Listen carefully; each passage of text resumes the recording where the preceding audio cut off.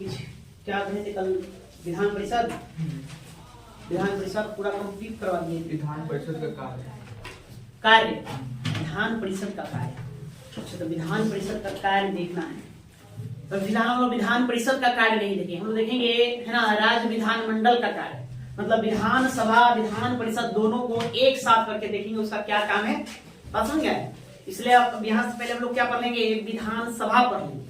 विधानसभा पढ़ने के बाद फिर हम आपको बताएंगे दोनों को एक साथ कंबाइंड रूप से। पहले हम देखेंगे समान बातें, दोनों विधानमंडल में क्या क्या समान बातें चलती है वो देखेंगे। उसके बाद हम देखेंगे राज्य विधानमंडल का कार्य। तो राज्य विधानमंडल का कार्य करने मतलब विधानसभा का भी कार्य और विधान परिषद का भी कार्य, दोनों को एक साथ देखेंगे। ठीक है, बाकी हम लोग विधान परिषद पर सभी बातों की चर्चा कर दिए। सभी बातों की चर्चा हो गया था नहीं? ठीक है, तो सर एक बार देख लेते हैं, रिकॉल कर लेते हैं विधान परिषद को। विधान परिषद इसका एक बार रिकॉल कर लेते हैं। सबसे पहली बात कि इसका आपका उल्लेख जानना है। उल्लेख मतलब वर्णन कहाँ करता है, कौन सा आर्टिकल में वर्णन करता है? अनुच्छेद 168 आर्टिकल 168, इसी में वर्णन किया गया है। विधानसभा का उल्लेख कहाँ मिलेगा? तो 168 में। विधान परिषद का उल्लेख कहाँ? 168 में। राज्य विधानमंडल का उल्लेख 168 में। राज्य विधानमंडल का ही उल्लेख इसमें अनुच्छेद 168 में स्पष्ट लिखा हुआ है कि प्रत्येक राज्यों के लिए एक राज्य विधानमंडल होगा। विधानमंडल कैसे बनेगा? विधानसभा, विधान परिषद और राज्यपाल से मिलकर बनेगा। और जिस राज्य में विधान परिषद नहीं है तो वहां विधानसभा और राज्यपाल से मिलकर बनेगा। तो उल्लेख कहाँ है? 168 में। इसी 168 में बताया गया कि वर्तमान के भारत के कितने 6 राज्यों में विधान परिषदें हैं, ये बताया गया। उसके बाद हमने दूसरा बात देखा था इसका गठन हम कैसे करेंगे विधान परिषद का गठन के लिए। कहाँ पढ़े थे? 169 आर्टिकल 169 में हमने पढ़ा कि हम किस प्रकार से विधान परिषद का गठन करेंगे। विधान परिषद गठन करने का दायित्व किसके ऊपर है? संसद के ऊपर। वही क्या करेगा? विधान परिषद को बनाएगा, वही उसको समाप्त भी कर देगा। नहीं तो शर्त उसके लिए जिस राज्य में विधान परिषद की स्थापना करना है, गठन करना है, उस राज्य का विधान सभा द्वारा विशेष बहुमत से प्रस्ताव पारित करके किसको भेजना होगा? संसद को भेजना होगा। संसद अपना क्या करेगा? साधारण बहुमत से प्रस्ताव पारित कर देगा। उस राज्य में विधान परिषद का क्या हो जाएगा? गठन होगा। यहाँ गठन देखने को मिलेगा। उसके बाद फिर हमने इसका देखा था संरचना। इसका संरचना बताइए कहाँ मिलेगा? हाँ, 171 अनुच्छेद 171 में विधान परिषद की संरचना का उल्लेख है। यहाँ कहा गया है कि किसी भी राज्य का विधान परिषद की अधिकतम संख्या उस राज्य के विधानसभा का कितना होगा जी? 1/3 होगा, 1/3 होगा। ठीक है, ये बात वहां कहा गया। न्यूनतम कितना होगा? 40। कम से कम कितना रखना है? 40 रखना है। इस संरचना को उल्लेख 171 में किया गया है। उसके बाद हमने कार्यकाल पर चर्चा किया था कि विधान परिषद का कार्यकाल कितना होता है? कितना होता है विधान परिषद का कार्यकाल? तो विधान परिषद का कोई कार्यकाल नहीं होता है। यह एक अस्थायी सदन है ना, परमानेंट। एक कभी भंग नहीं होता। ऐसा नहीं कि मतलब अभी है अब कुछ समय बाद उसको हम भंग कर देंगे, ऐसा नहीं है। ये परमानेंट चलता है। हाँ, इसके सदस्यों का कार्यकाल, तो सदस्यों का कार्यकाल भी ये स्पष्ट नहीं लिखा हुआ है कि 6 साल होगा, लेकिन ये बताया गया है कि प्रत्येक 2 वर्ष में कुल सदस्यों का 1/3 सदस्य क्या होंगे? अवकाश प्राप्त करेंगे। उसी अनुसार हम जोड़ लेते हैं तो कितना कार्यकाल होगा? 6 वर्ष का कार्यकाल होगा। फिर हमने और क्या देखा था? और हमने पदाधिकारी के बारे में देखा था। पदाधिकारी विधान परिषद का जो पदाधिकारी होगा वो कौन होगा? हमने 2 बताया था। एक कौन? सभापति का जिक्र किए थे। एक सभापति होगा और दूसरा हमने बताया उप सभापति। एक उप सभापति होता है। 2 मतलब कि इसके प्रधान पदाधिकारी होते हैं। दोनों का चुनाव कहां से होगा? तो अपने ही सदस्यों में से लोग चुनाव करेंगे। विधान परिषद का ही जो सदस्य होगा उसी में से एक सभापति बनेगा। एक क्या बनेगा? उप सभापति बनेगा। सभापति को इस्तीफा देना है तो उप सभापति को देगा, और उप सभापति को इस्तीफा देना है तो किसको देगा? सभापति को देगा। ये देखे थे है ना। उससे पहले अगर इसको उनको पद से हटाना है तो क्या करेंगे? वो आपको उस परिषद में संकल्प पारित करके क्या करना है? इनको पद से हटा सकते हैं, लेकिन 14 दिन पूर्व क्या करना है? सूचना देना होगा। ये सारी बातें हम विधान परिषद के संदर्भ में किए थे। चलिए अब हमको विधान सभा देखना है। अब उस शीर्षक देंगे विधान, हम विधान परिषद का कार्य बताएंगे। फिर क्या करना होगा? विधान सभा का कार्य बताना होगा। फिर तो वहां भी वही बात चर्चा करेंगे। इसलिए क्या करेंगे? एक साथ दोनों को पढ़ लेंगे। अब ये विधानसभा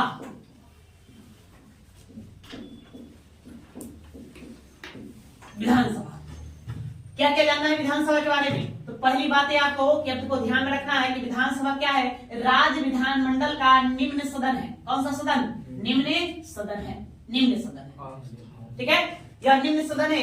अब दूसरा बात यह कि कैसा है जी, अस्थाई है कि अस्थाई है? अस्थाई सदन है, अर्थात इसको क्या किया जा सकता है, भंग किया जा सकता है, एक नहीं, यह ध्यान रखना है। अर्थात जिस प्रकार से संसद, फिर से एक बार देख लेंगे, संसद ने बताया एक क्या होता है, लोकसभा होता है, और दूसरा क्या होता है, राज्यसभा होता है, राज्यसभा होता है। तो लोकसभा को हम क्या करते हैं, लोकसभा को हम, ये अस्थाई होता है, अस्थाई होता है, और क्या होता है, निम्न सदन होता है, निम्न सदन होता है। राज्यसभा की बात करें ये होता है अस्थाई, परमानेंट होता है, और उच्च सदन होता है, उच्च सदन। उसी प्रकार से हम राज्य विधानमंडल की बात करें, विधान मंडल की बात करें, तो राज्य विधानमंडल में भी क्या होंगे, एक होगा विधानसभा, विधानसभा होगा, और दूसरा कौन होगा, विधान परिषद होगा, विधान परिषद होगा, विधान परिषद। तो विधानसभा जो होता है लोकसभा का भागी होता है। जैसे केंद्र स्तर पर, नहीं देश के स्तर पर क्या होगा, लोकसभा होगा, उसी प्रकार से राज्य स्तर पर कौन होगा, विधानसभा होगा। तो विधानसभा भी क्या होंगे, यह भी होगा अस्थाई, यह अस्थाई होता है नहीं, और ये निम्न सदन कहलाएगा, ये क्या कहलाएगा, निम्न सदन कहलाएगा, निम्न सदन, ये निम्न सदन कहलाएगा। उसी प्रकार से विधान परिषद ये राज्यसभा के भांति होता है, यह होता है उच्च सदन, उच्च होता है, उच्च सदन होता है, और ये क्या होता है जी, अस्थाई होता है, परमानेंट करने वाला होता है, अस्थाई सदन होता है। या तो हम क्या करेंगे, विधानसभा का तुलना किसके साथ करेंगे, लोकसभा के साथ करेंगे, और विधान परिषद की तुलना किसके साथ, राज्यसभा के साथ करेंगे। या ये बात तो पहले ही लिखते हैं इसके बारे में कुछ, उसके बाद चलेंगे। देखिए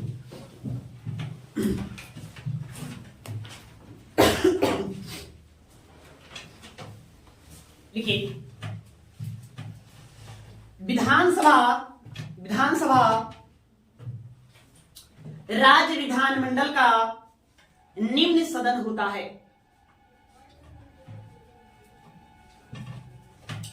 विधानसभा राज्य विधानमंडल का निम्न सदन होता है, निम्न सदन होता है, निम्न सदन होता है।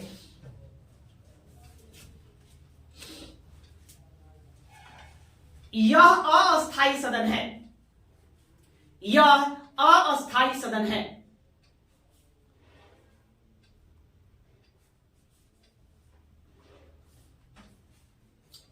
अस्थाई सदन है,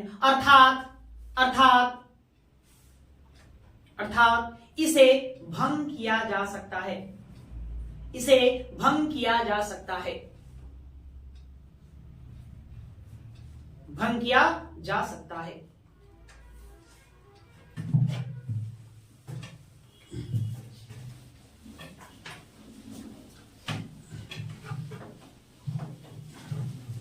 ठीक है, अब ये पहले हम इसकी संरचना देख लेंगे, कैसे हम इसकी संरचना क्या है, स्ट्रक्चर, संरचना नहीं। जैसे हमने विधान परिषद का संरचना देखा, कौन सा आर्टिकल, अरे भाई 168 में हमको उल्लेख मिलेगा विधान परिषद का, 169 में उसका गठन का उल्लेख मिलेगा, और 171 में उसका संरचना मतलब कि कैसे कैसे वहां सदस्य लोग जाएंगे। तो हमने वहां निर्वाचन मंडल देखा था, 5 प्रकार के निर्वाचन मंडल।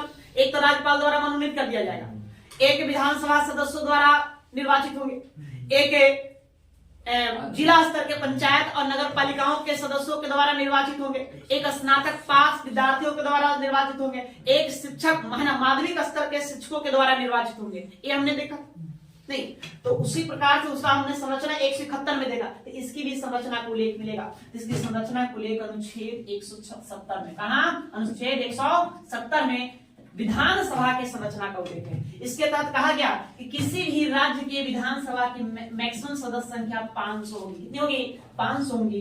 मिनिमम जो सदस्य संख्या होगी वो 60 होगी, 60।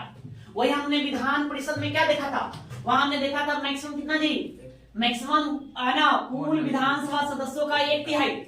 मिनिमम हमने कितना देखा था, 40 देखा था। या ये डेटा है, संख्या, इसको ध्यान रखना है। अनुच्छेद 170 में कहा गया है कि किसी भी राज्य के विधानसभा में सीटों की अधिकतम संख्या कितना होगी, 500 होगी। अब कम से कम कितना होगी, 60 होगी। ये बातें आपको ध्यान रखना है, 60। यहाँ पर अपवाद भी है। अपवाद में क्या है? अपवाद में आपको ध्यान में रखना है 3 राज्य। एक राज्य आपको क्या हो गया? सिक्किम। एक राज्य हो गया गोवा, एक राज्य हो गया मिजोरम। अगर हम सिक्किम की बात करें, यहाँ सीटों की संख्या मात्र 32 है।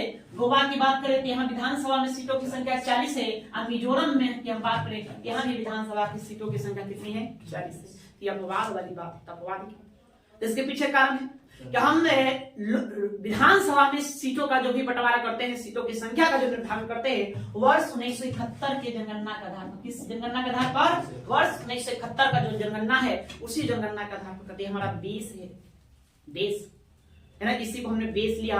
जनसंख्या पहले सीटों का बंटवारा, सीटों का निर्धारण करने के लिए हमने वर्ष 1971 के जनगणना को आधार माना, है ना। ये आधार वर्ष है। इसी आधार वर्ष के आधार पर उस समय देखा गया था किस राज्य में कितनी जनसंख्या है, उसी के अनुसार सीटों को हमने क्या कर दिया? निपटारा कर दिया। जैसे देखिए, आप सिक्किम में जाएंगे तो सिक्किम की जो आबादी है वो लगभग मतलब 6-6.5 लाख है। 7 लाख के आसपास मान लीजिए, 7 लाख के आसपास आबादी है सिक्किम की। वहां हमने विधानसभा में 32 को सीट रखा।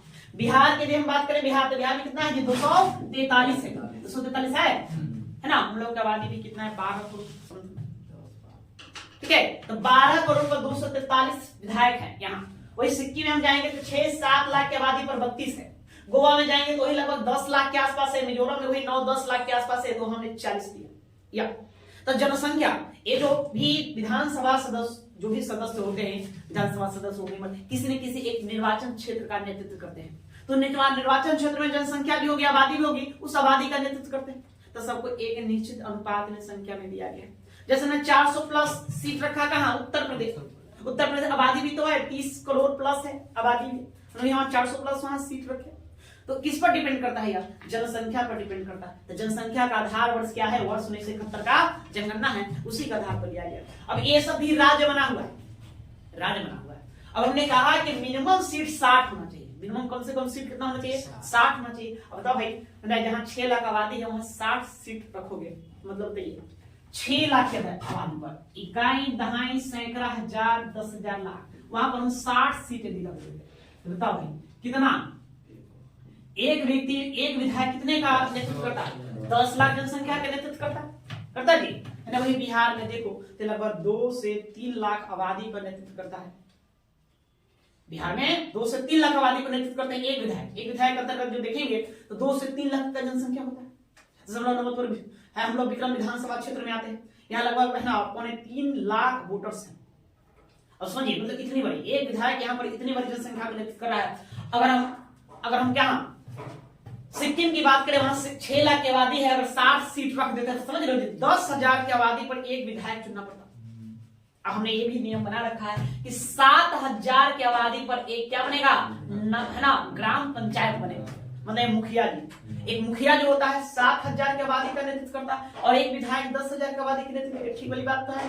इसीलिए वहां पर सीटों की संख्या हम क्या कर दिए? कम कर दी। अपवाद में कितने राज्य ध्यान रखना है? 3 राज्य ध्यान रखना है। ठीक है, तो याद करने वाली बात है कि विधानसभा की संरचना का उल्लेख किस अनुच्छेद में? अनुच्छेद 170 में।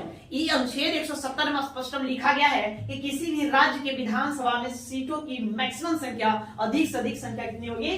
500 होगी, और कम से कम संख्या कितनी होगी? 60 होगी। ये बातें तो हमने वहां लिख दिया, लेकिन छोटे छोटे राज्य बना दिए। जैसे कि अपवाद में यहाँ पर 3 राज्य आता है, सिक्किम, गोवा, मिजोरम।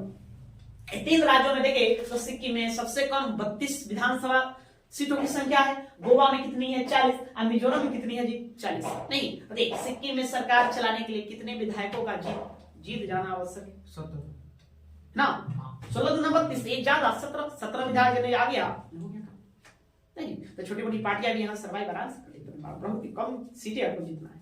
बड़ा राज्य है तो हम बड़ा ज्यादा जीतना है, ये बड़ी बात है। तो पहले इतना लिखिए, उसके बाद हम आगे चर्चा करेंगे। ठीक है, अब लिखेंगे संरचना।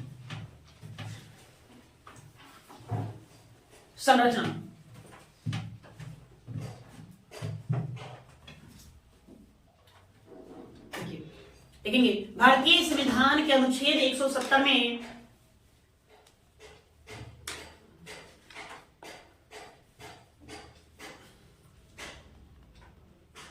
भारतीय संविधान के अनुच्छेद 170 में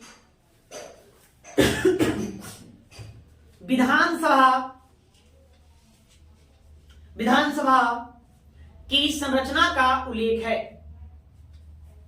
विधानसभा की संरचना का उल्लेख है। संरचना का उल्लेख है।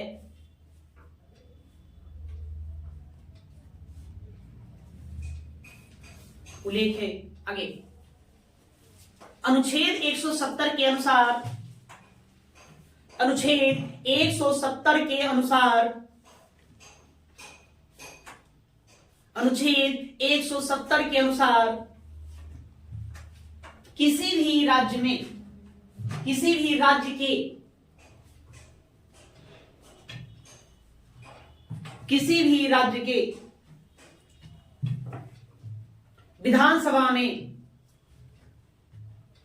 किसी भी राज्य के विधानसभा में,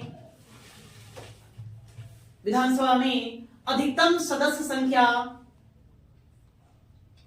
अधिकतम सदस्य संख्या, सदस्य संख्या 500, 500 और न्यूनतम सदस्य संख्या, और न्यूनतम सदस्य संख्या, न्यूनतम सदस्य संख्या 60 हो सकती है, 60 हो सकती है,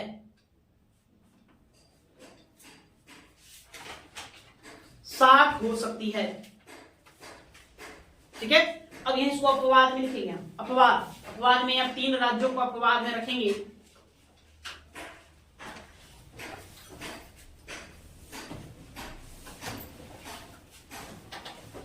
सिक्किम, गोवा, मिजोरम।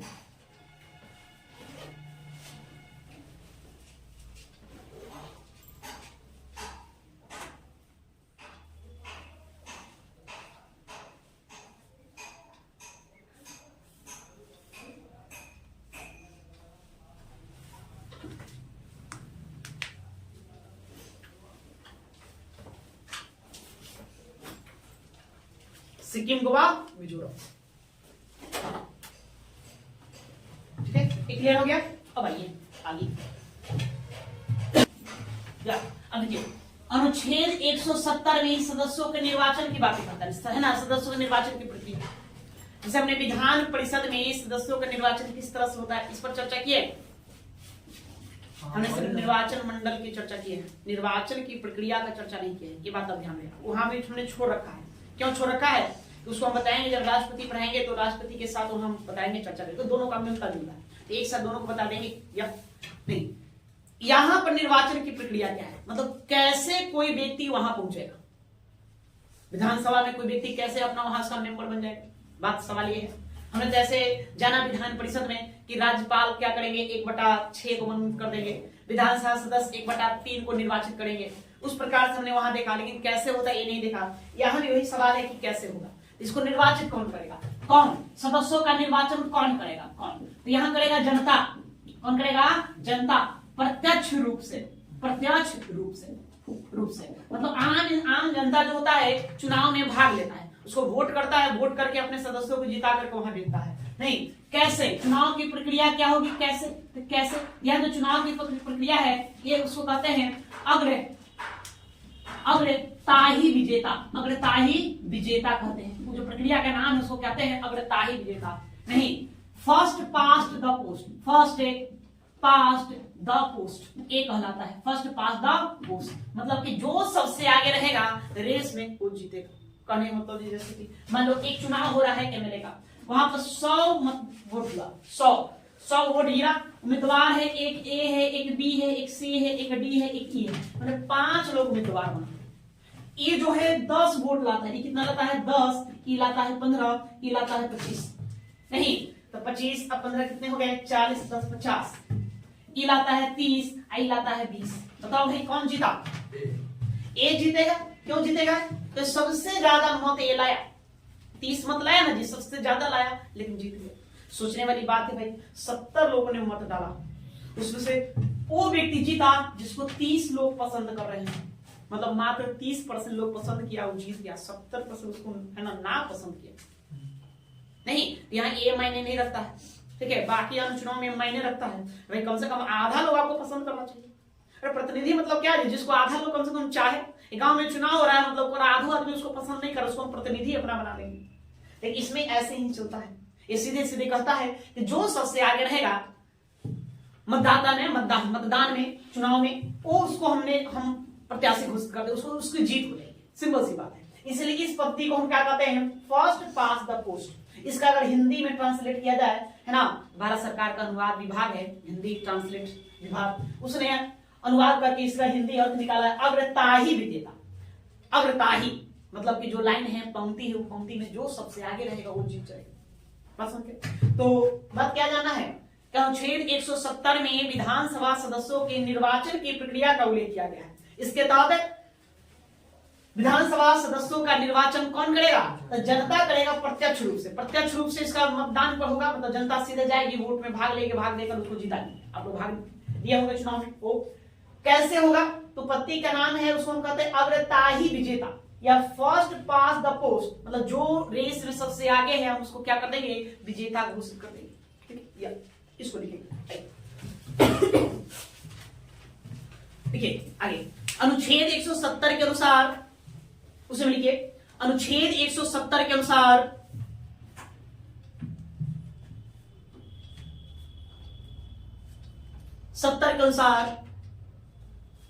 विधानसभा के सदस्यों का चुनाव, विधानसभा के सदस्यों का चुनाव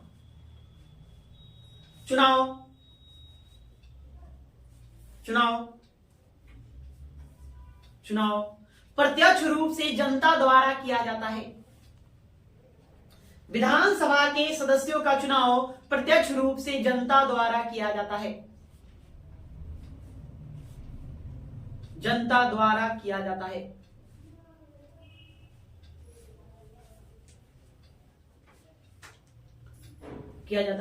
इस विधि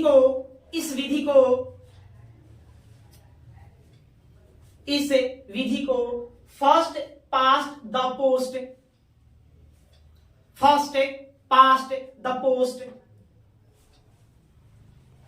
को लिख देंगे अग्रताही विजेता।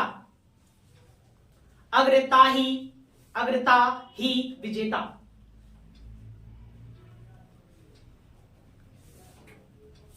अग्रताही विजेता कहते हैं।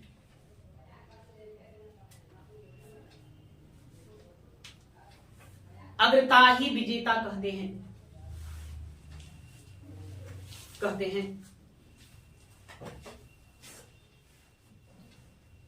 ठीक है, उसी में वर्तमान विधानसभा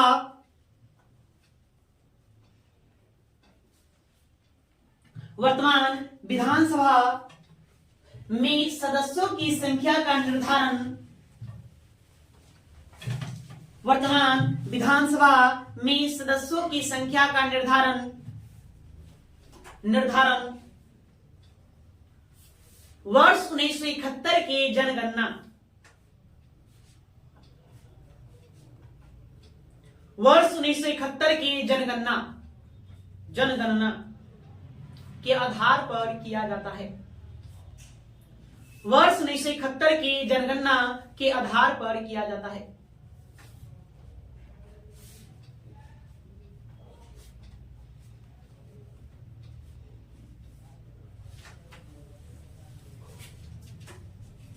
ठीक है, ये बात आप लोग समझे। 1971 के जनगणना के आधार पर नहीं समझ में आया कोई बात नहीं है, हम आगे चल के पढ़ेंगे। परिसीमन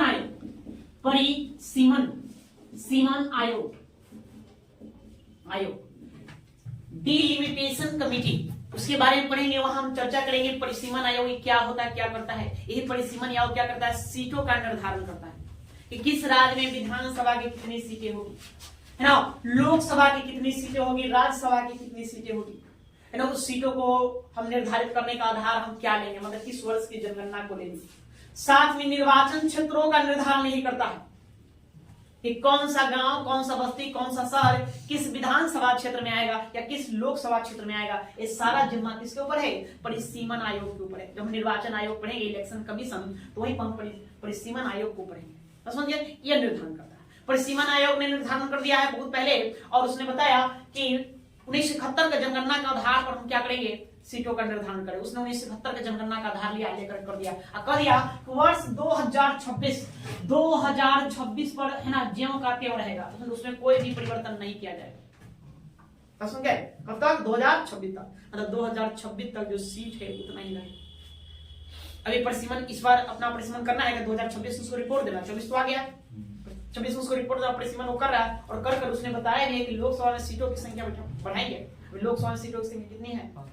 550 ले लेंगे, नहीं 552 ऐसे 50 ले लेंगे। 545 पर चुनाव होता है ना, उसने 800 कर दिया है। कितना कर दिया है? 800 उसने बढ़ा दिया परिसीमन करके। क्यों? देखिए, जैसे जैसे जनसंख्या बढ़ेगा वैसे वैसे आपको सीटों की संख्या ही बढ़ाना होगा।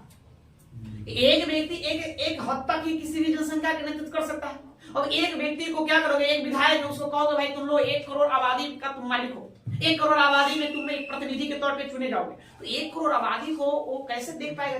संभव है? सबके समस्याओं को समाधान कर पाना उसके पास संभव नहीं है। इसलिए उसको क्या करेंगे? छोटे छोटे टुकड़ों में बांट देंगे, छोटा कम आबादी देंगे, जनसंख्या कम देंगे। जैसे कि आप देख लीजिए सिक्किम में एक जो विधायक है, वहां उसके पास लगभग 20,000 के आसपास ही आबादी है, तो आराम से विधायक 20,000 की आबादी को देख देता है, उसकी समस्या को निपटारा कर लेता है आसानी से। वो या बिहार में आएंगे तो 2 से 3 लाख पहुंच जाता है, वो मात्र 20,000 में 2 से 3 लाख में, दिक्कत वाली बात है। इसलिए हम क्या करेंगे? कम आबादी देंगे, एक प्रतिनिधि को कम आबादी देंगे। नहीं, अब देखिए आप लोग, हम लोग का या आप लोग के क्षेत्र का जो सांसद है, मुलाकात होता है उनसे? मुलाकात नहीं।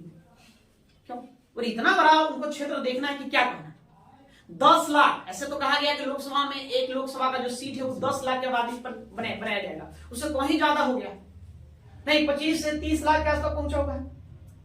अब 140 करोड़ की आबादी में हम 550 को क्या रखे हैं? लोकसभा का सदस्य मेंबर रखे हैं, जो पूरा भारत को चला रहा है। मतलब उतने बड़े जनसंख्या को नेतृत्व करने के लिए 550 ही मेंबर है, तो संभव नहीं वाली बात नहीं है। इसलिए जैसे जैसे जनसंख्या बढ़ेगी वैसे वैसे हमको सीटों को क्या करना है? बढ़ाना है। तो अभी हम 1971 का आधार लेकर सीटों का बंटवारा कर दिया।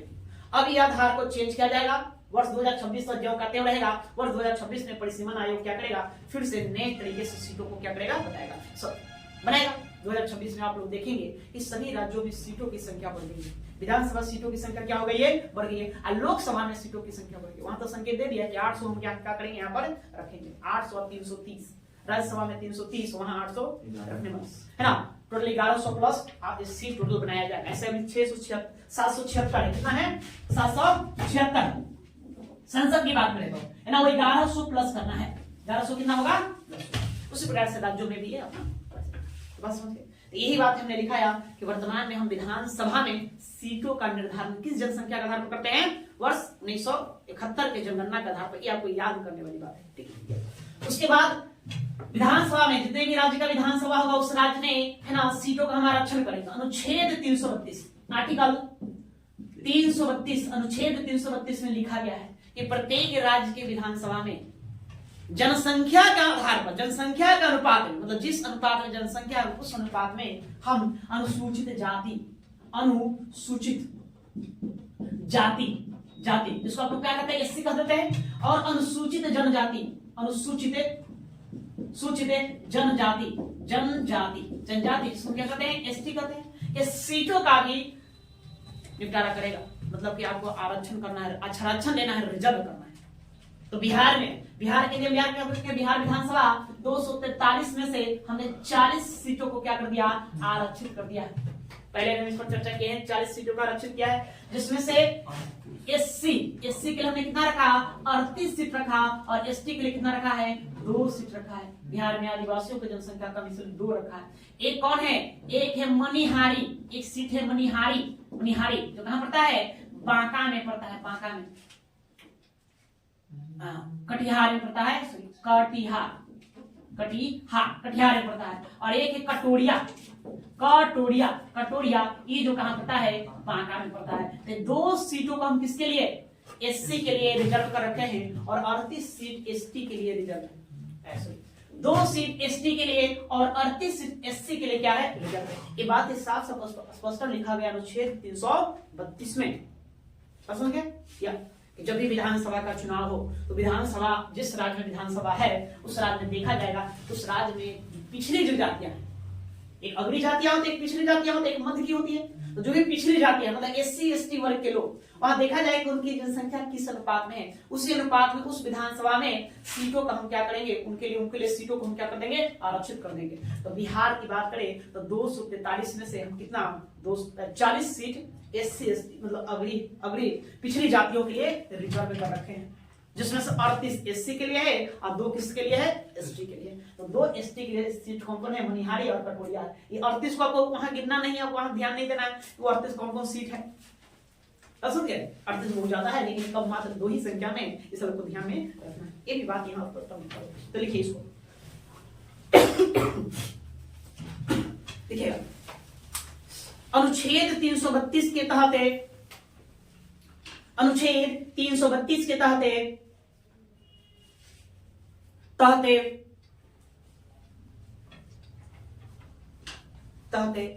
जनगणना के आधार पर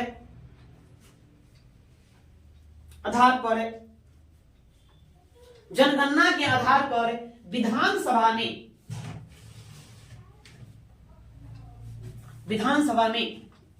जनगणना के आधार पर विधानसभा में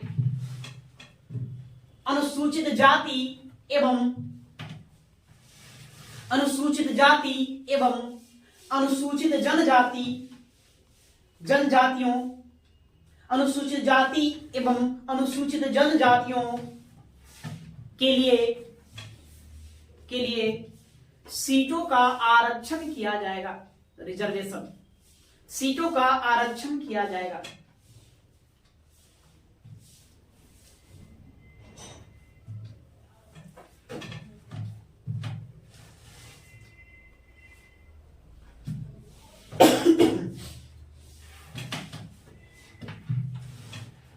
आरक्षण किया जाएगा।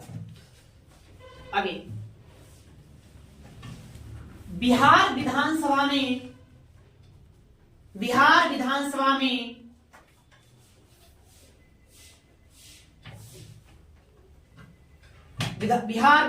में अनुसूचित जातियों के लिए 38 अनुसूचित जातियों के लिए 38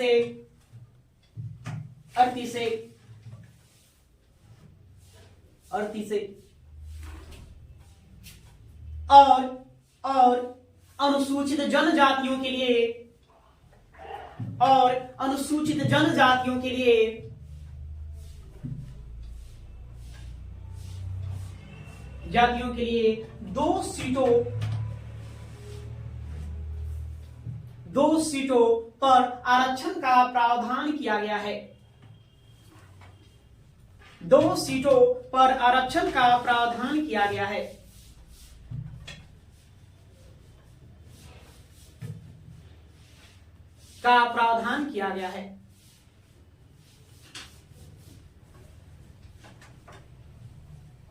ठीक है, तो ये विधानसभा का संरचना समझ गए।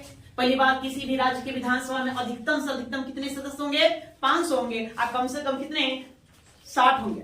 लेकिन अपवाद में 3 राज्य ध्यान में रखना है, गोवा, मिजोरम और सिक्किम को ध्यान में रखना। अब इसके सदस्यों का निर्वाचन कैसे होगा, तो निर्वाचन इसको जनता के द्वारा प्रत्यक्ष रूप से होगा नहीं, इस पद्धति को क्या कहते हैं, निर्वाचन पद्धति का क्या नाम है, फर्स्ट पास्ट द पोस्ट या अग्रताही विजेता नाम। बस होंगे। इसके अलावा हम मतलब सीटों का निर्धारण किस वर्ष के जनगणना के आधार पर करते हैं, 1971 के जनगणना के आधार पर करते हैं। और साथ ही अनुच्छेद 332 कहता है कि किसी भी राज्य की विधानसभा में आपको क्या करना है, जनसंख्या के आधार पर एससी एसटी वर्ग के लिए सीटों का आरक्षण देना है। तो बिहार की हम बात करें तो बिहार में कितने टोटल 40 है, जिसमें से एससी के लिए 38 है और एसटी के लिए कितने सीटें हैं, 2 है। वो 2 में से एक मनिहारी है और दूसरा है कटोरिया। इन दोनों के बारे में पीछे हम जिक्र कर चुके हैं। ठीक है, इतना बात समझो। अब आइए कार्यकाल, विधानसभा का कार्यकाल क्या होगा।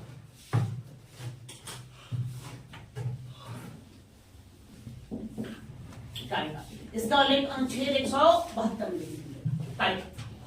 विधान परिषद का कार्यकाल तो भाई वो तो अस्थायी सदन है, उसका कोई कार्यकाल नहीं होता, परमानेंट चलता रहेगा। लेकिन विधान सभा जो है एक अस्थायी सदन है, इसका कार्यकाल तो होना चाहिए, परमानेंट चलती नहीं चलती। तो सामान्यतः यदि देखा जाए तो विधान जो सभा होता है उसका कार्यकाल 5 वर्षों का होगा। कितने माह?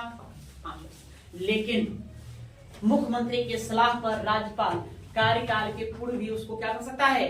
भंग कर सकता है। बस क्या भंग कर सकता है। साथ ही और भी बातें ध्यान रखना है, जब देश में राष्ट्रीय आपात लागू हो जाए, राष्ट्रीय आपात लागू हो जाए तो इसके कार्यकाल को एक वर्ष के लिए आगे बढ़ाया जा सकता है। तो कोई भी पूछे कि विधानसभा का कार्यकाल क्या होगा, तो विधानसभा का सामान्य कार्यकाल कितने वर्षों का होता है? 5 वर्षों का होता है। प्रत्येक 5 वर्षों में विधानसभा का हम क्या करेंगे? चुनाव करेंगे, निर्वाचन करेंगे, पुनः उसको बंद कर देंगे और पुनः चुनाव करेंगे।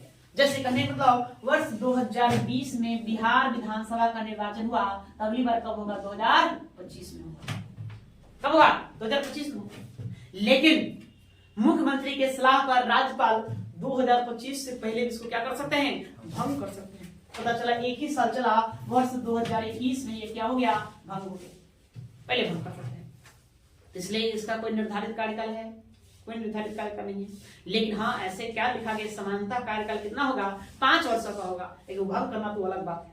और किसी को बहुमत नहीं प्राप्त होगा या संवैधानिक तरीके से नहीं चल रहा होगा तो क्या किया जाएगा? उसको भंग कर दिया जाए नहीं। एक उसके बाद आपातकाल, इमरजेंसी। आपातकाल नहीं, भारत में इमरजेंसी लागू, आपातकाल लागू।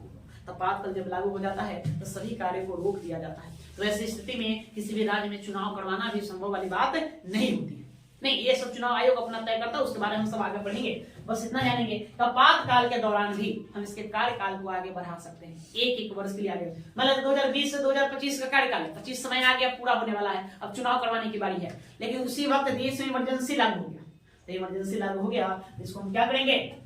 2025 है, इसके हम कार्यकाल को 1 वर्ष के लिए आगे बढ़ाकर 2000 कब कर देंगे? 26 करेंगे। फिर आगे हम चल करके इसको 2027 कर सकते, मतलब एक वर्ष के लिए इसको आगे बढ़ाते हुए जा सकते हैं।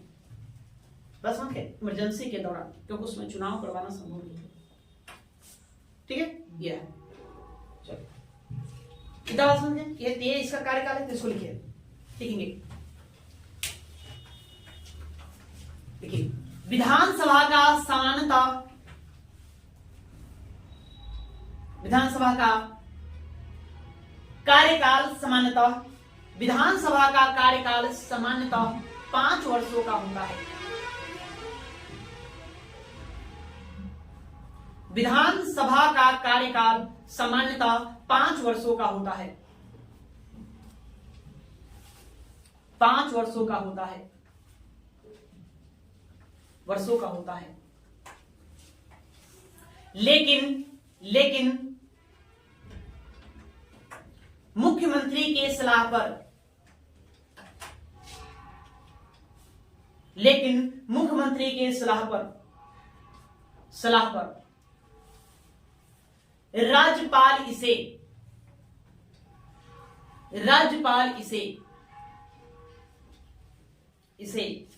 कार्यकाल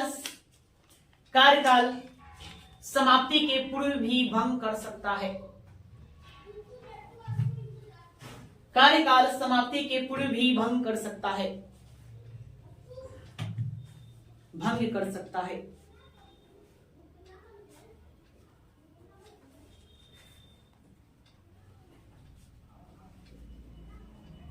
भंग कर सकता है। आगे उसमें लिखेंगे, आगे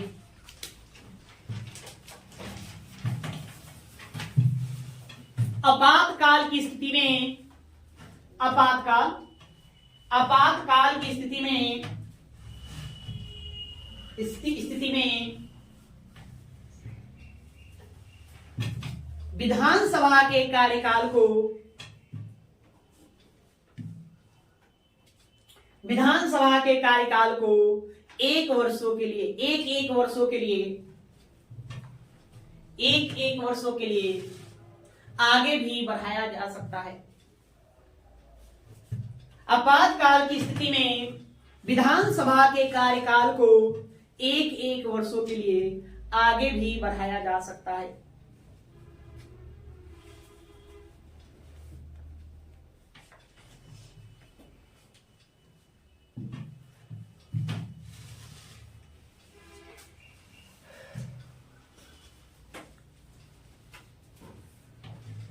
चलिए ये हो गया कार्यकाल। अब आइए सदस्यों की अर्हताएं, योग्यताएं। क्या योग्यता होना चाहिए? अब क्या आपको सदस्य बनना है तो आपके अंदर कुछ न कुछ बात तो होनी चाहिए ना। सदस्यों की अर्हताएं,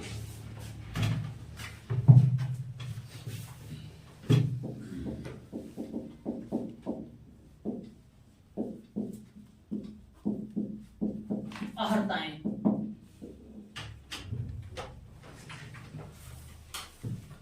विधान परिषद के सदस्यों की योग्यता देखी थी, अर्हताएं क्या क्या होना चाहिए, क्या क्या बात बताएंगे? तीन बातें। भारत का नागरिक हो, यहाँ भी भारत का नागरिक हो। वहां ने बताया कि मिनिमम उम्र, कम से कम उम्र कितना हो, 30 वर्ष हो। यहाँ कम से कम उम्र 25 वर्ष हो। यही खाली एक अंतर है।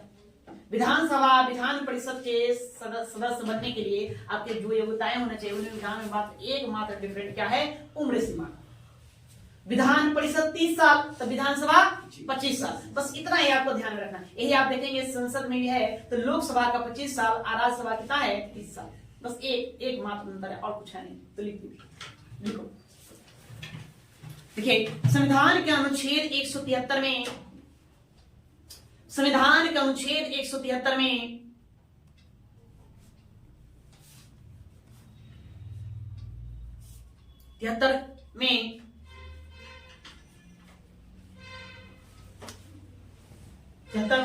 किसी भी व्यक्ति को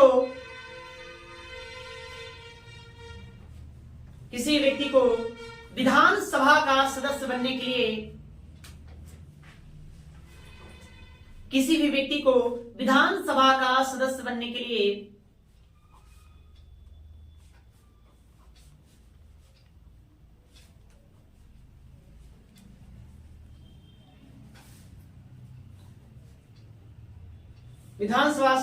लिए निम्न अर्हताएं या योग्यताएं लिखित है या वर्णित है। निम्न अर्हताएं वर्णित है, डैश दो, डैश दीजिए।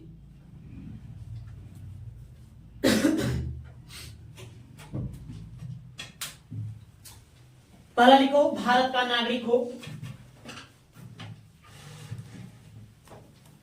भारत का नागरिक हो,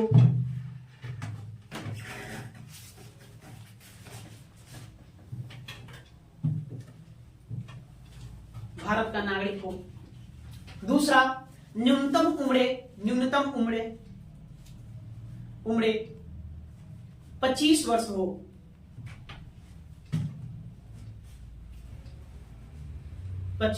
हो।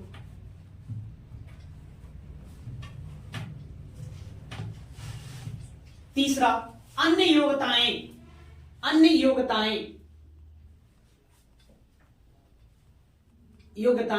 जो संसद तय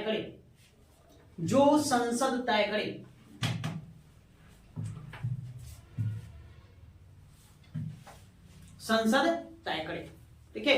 बस ये सारी बातें आपको ध्यान में रखना है। ओके, चलिए अब आप लोग हेडिंग दीजिए।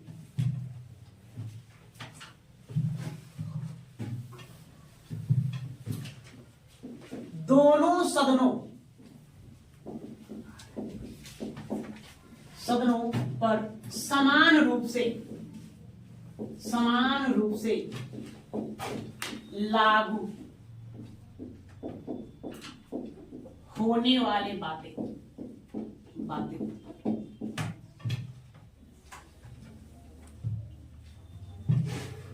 दोनों सदनों पर समान रूप से लागू होने वाली बातें।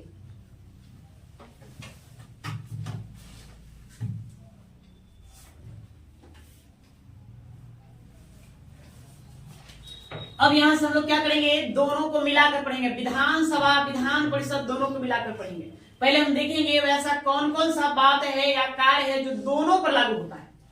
विधानसभा के सदस्यों पर भी लागू होगा, विधान परिषद के सदस्यों पर लागू होगा, या दोनों सदनों पर लागू होगा समान रूप से। पहले हम उन बातों पर चर्चा करेंगे। यहाँ चर्चा करने के बाद हम फिर देखेंगे राज्य विधानमंडल के कार्य, अर्थात विधानसभा और विधान परिषद के क्या क्या कार्य है। वो कार्य खत्म हो गया तो फिर आपको ये समाप्त हो जाएगा। ठीक है, बात समझ गए?